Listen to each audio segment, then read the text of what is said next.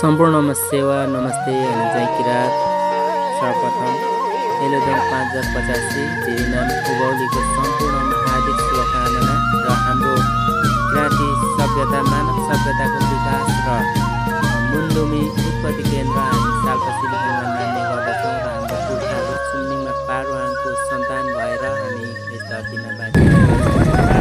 र आज चाहिँ हामी उभौली धेरै नाम मनाउने क्रममा गाउँपालिका वडा नम्बर 1 जात्रा यायोखाले आयोजना गरेको कार्यक्रममा सहभागी हुन जाँदैछौँ। त्योभन्दा अगाडि हामीले वैशाखी पूर्णिमाको दिन बुद्ध जयन्तीको दिन हामीले हाम्रो चुलाचुली गाउँपालिका वडा नम्बर 3 स्थित निर्माणाधीन अवस्थामा रहेको साक्ला थानमा उभौली सांस्कृतिक कार्यक्रम सम्पन्न गरेका छौँ र मैले तपाईँहरूलाई त्यसको झलकहरू देखाइरहेको छु। सोही वैशाखी पूर्णिमाको दिनै हामीले हाम्रो देश नेपाल मात्र नभएर देशको विभिन्न भागहरूमा उभौली पर्व मनाएका छौँ। त्यसै गरी हामीले चुलाचुली गाउँपालिका वडा नम्बर 4 पारुहाङ जयन्तीमा पनि सोही दिन साकेला उभौली चाड मनाएका छौँ। र आज भने हामी किराँत यायोखा चुलाचुली वार्ड नम्बर 1 मा सक्रिय सक्रियता र अध्यक्ष सन्तबहादुर राईको आयोजनामा सञ्चालन हुन गइरहेको उभौली सांस्कृतिक कार्यक्रममा सहभागी हुन गइरहेका छौँ। र हामी यो चुलाचुली 3 र 2 को सिमानामा पर्ने चाँचु खोलाको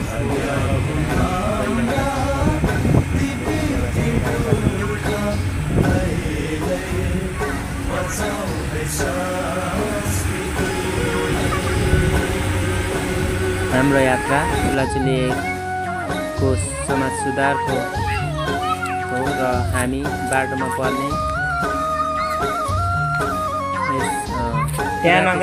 माघिममा हाम्रो नानीहरूसँग हामीले यहाँको अवलोकन गरिरहेका छौँ। तपाईँहरूले भिडियोमा देख्न सक्नुहुनेछ। यो एकदमै महत्त्वपूर्ण स्थान किराँतेश्वर माघिम तपाईँहरूले भिडियोमा देख्न सक्नुहुनेछ।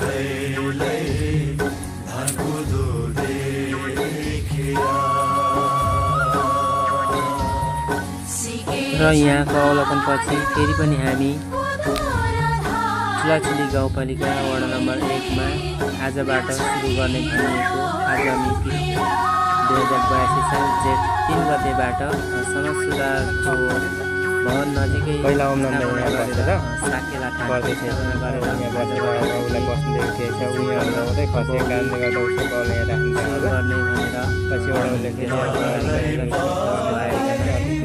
चुलाचुली गाउँपालिका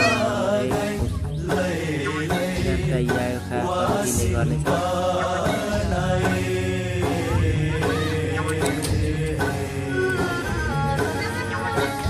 र हामी यो चुलाचुली 2 मा रहेको किराँत माघिमको अवलोकनपछि पुनः हामी हाम्रो गन्तव्यतर्फ प्रस्थान गर्नेछौँ।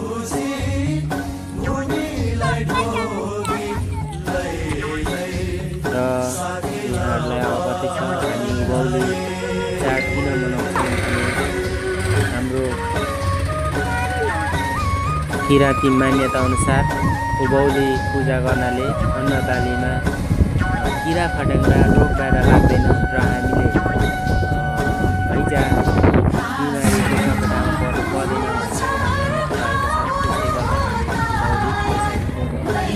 देखि 1 महिनासम्म गर्ने गर्छौँ भने हामीले मौसिरे जोड्ने उभौली गरेर 2वटा ऋतुहरूमा 2 तरिकाले हिरिनाम र छिरिनाम गरेर उभौली साकेला उभौली साकेला र अहिले भने हामी यो चुलाचुलीले आयोजना गरेको किराँत यायोखा गाउँ कमिटीको मार्फतमा रहेर वडा कमिटीले आयोजना गरेको कार्यक्रम स्थानमा आएर यहाँ हामीले वासिन सरुवा बनाइराख्नु भएको छ जो हामी खानेछौँ पिउनेछौँ। त्यसै गरी हामीले वाचिपा अघि नै खाएका छौँ र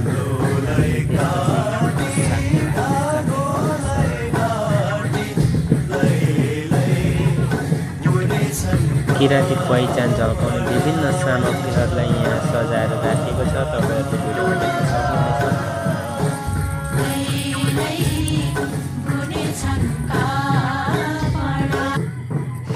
र अहिले यस स्थानमा चुलाचुली गाउँपालिका वडा नम्बर 4 को साकेला टोली गर्दै भिडियोमा देख्न सक्नुहुनेछ। अहिले भने हाम्रो चुलाचुली गाउँपालिका वडा नम्बर 3 को साकेला टोली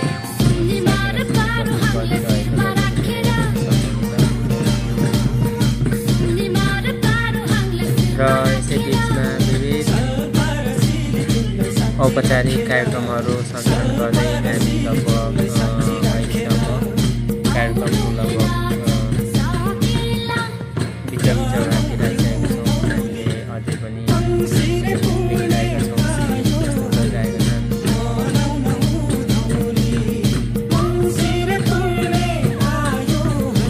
यसरी किराँती वेशभूषाहरू किराँती गहनाहरूमा चेलीबेटीहरू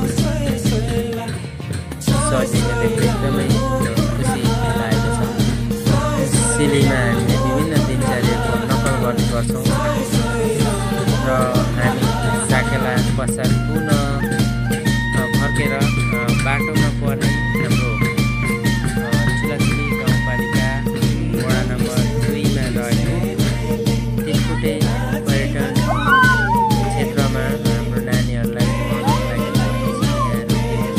हाम्रो नानीहरू पर्यटनमा रमाइलो गरिरहेको तपाईँहरूले भिडियोमा देखिरहनु भएको छ।